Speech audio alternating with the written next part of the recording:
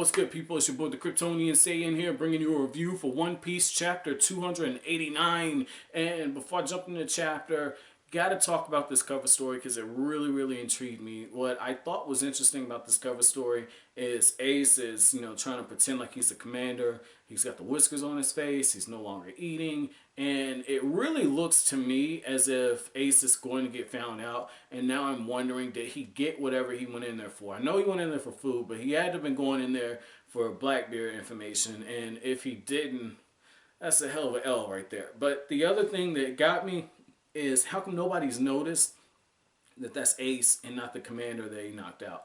And the reason why I'm saying that is in Metal Gear Solid 3, right? Towards the end of the game, I believe it's Colonel Volgin. He has a gay lover who's like a commander, right? And this plays in my chapter question, so pay attention to this one. But Colonel Volgin has a gay lover, and the gay lover looks exactly like Raiden, the character that most of the fandom hated in Metal Gear Solid 2. And so Big Boss dresses up like him, and he has this mask where the mask looks just like him. And so Volgin's groping and filling up this dude, and when he gropes him, he realizes, oh, you're not him. And that's when he gets found out. So I'm wondering, is there going to be a scene like that for Ace? That's the first part of my chapter question. I'm going to give you my other chapter question now, which is, after Kalgara sees Noland and he's desperately trying to escape because he's got the medicine to cure like the tree disease, the tree fever, Noland actually moves the earth, okay? Like the fissure that he's trapped between, he actually moves it. And one of the panels, it almost looks as if it goes from flat to coming up a little bit. So you can tell that he's moved it. And for a moment, I thought it might have been like a miniature earthquake that took place.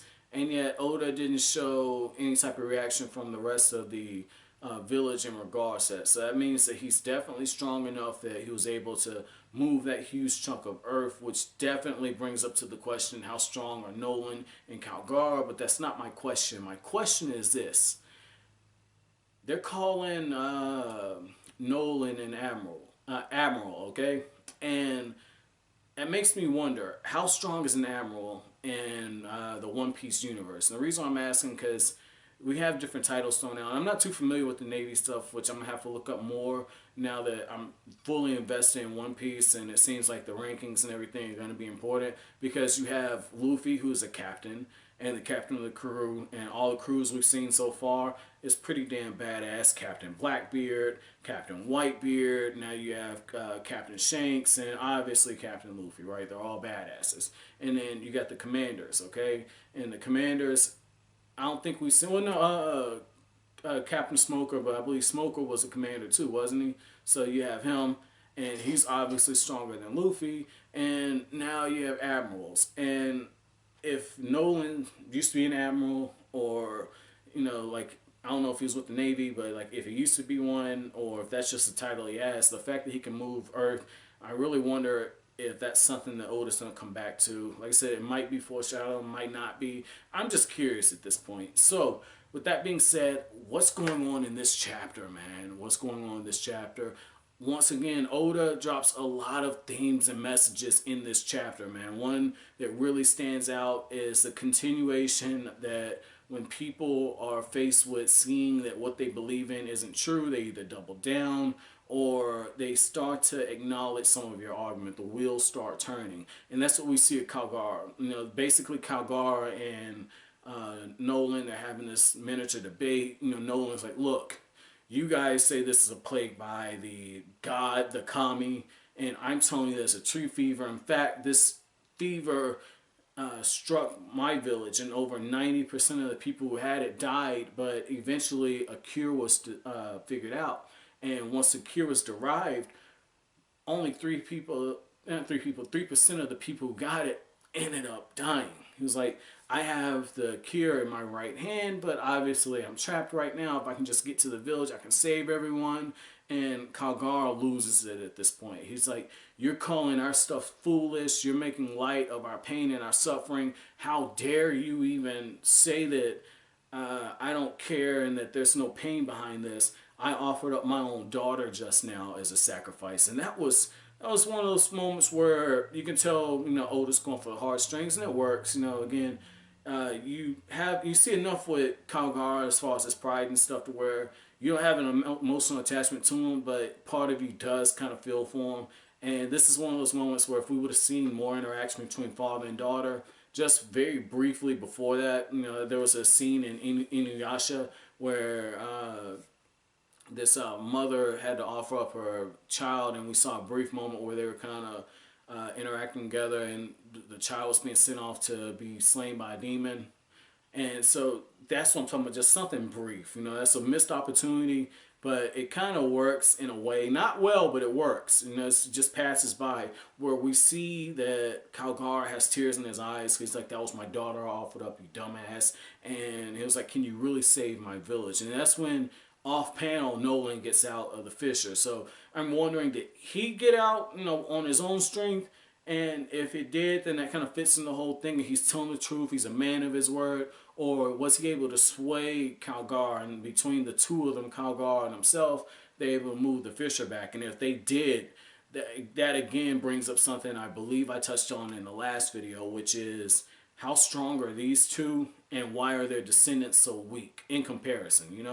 It's the Naruto effect, man. Like Boruto and Sarada, they're nowhere near as powerful as their parents were at the time, but they're more skilled, but they're not as powerful at their age. So that's the thing. I feel like Wiper and Nolan's descendant, I believe Cricket, I believe they're probably more skilled, but they're not as powerful. That's just what I believe, but obviously we haven't seen these two really, really mix it up. So the other thing is while all of this is going on, as soon as that earthquake happens, right, we see the villagers all freaking out.